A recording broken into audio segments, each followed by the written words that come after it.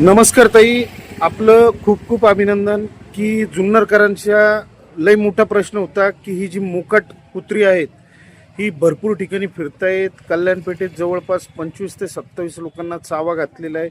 बऱ्याचशा याच्यावर बातम्या पण झाल्या, पण प्रशासक काळात त्याच्यावर व्यवस्थित असा ठोस पर्याय नव्हता झाला. आपण आत्ता जसे नगराध्यक्षपदी निवड झाली त्याच्यानंतर कामालाही लागल्या आणि आज हे बघा इथं कुत्री पकडलेली पण दिसत आहेत. काय सांगाल?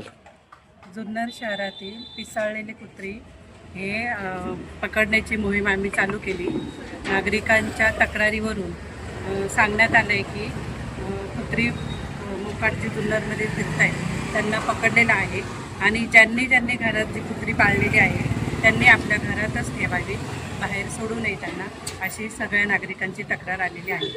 ताई, काही कुत्री लोकांनी पाळलेली आहेत, पण आता ती पण कधी बाहेर फिरतात किंवा काय, त्यांच्यासाठी काय पर्याय शोधलाय का? की बाबा चुकून असं काय व्हायला नको की बाबा एखाद्याने घरात पाळलेलं जनावर आहे, त्याला जीव लावलेला असतो आणि तेच पकडून नेलं तर मग थोडंसं चुकीचं होईल ना?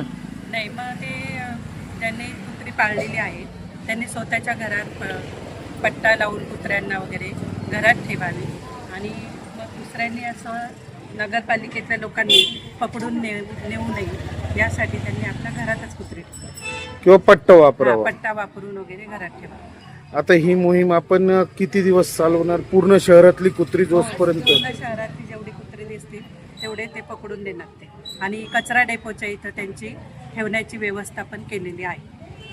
त्यांच्यावर आपण मागील काही काळात त्यांची नसबंदीचा पण प्रयोग केला होता. नसबंदी पण करणार आहे. म्हणजे ते जेवढे आता पकडून नेतील दिसतील तेवढे पकडून देणार, त्यांची नसबंदी करून ते कचरा डेपोच्या इथे ठेवणार आहे. अध्यक्ष, आपण पण आहात, कशा पद्धतीने ही मोहीम राहणार आहे? गेले अनेक दिवस नागरिकांची मागणी होती की जुन्नर शहरामध्ये विविध ठिकाणी मोकाट कुत्र्यांचा प्रश्न आहे. काही कुत्रे पिसाळलेली आहेत, ती तुम्ही पकडून न्यावी.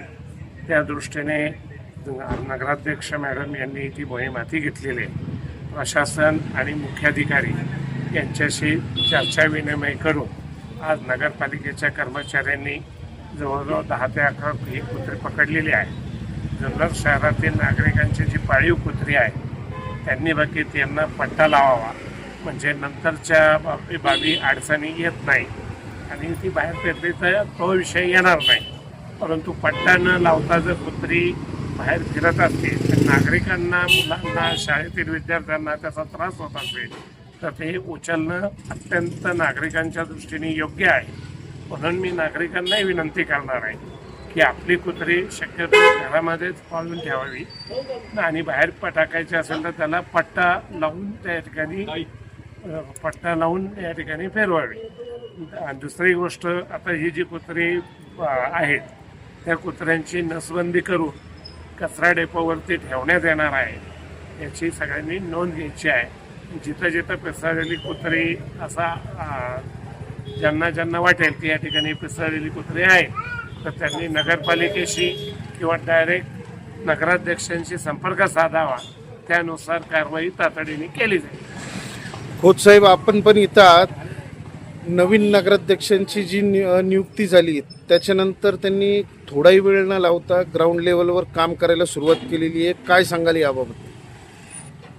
मुंबईहून आल्यानंतर उपमुख्यमंत्री एकनाथजी शिंदे साहेबांच्या इथं सत्कार सोहळ्यानंतर त्यांनी आल्यानंतर दुसऱ्या दिवशी लगेच या ठिकाणी कामास सुरुवात केलेली आहे. कालच त्यांनी ज्या ठिकाणी निवडणुका झाल्या तिथेचा निकाल लागल्यानंतर नगराध्यक्ष व सर्व विजयी नगरसेवक त्या ठिकाणून येत असताना त्या ठिकाणी बरीचशी गुलालाची उधळण झाली आणि ते गुलालामुळं त्या ठिकाणचा रस्ता वगैरे फारच दयनीय अवस्था झाली होती.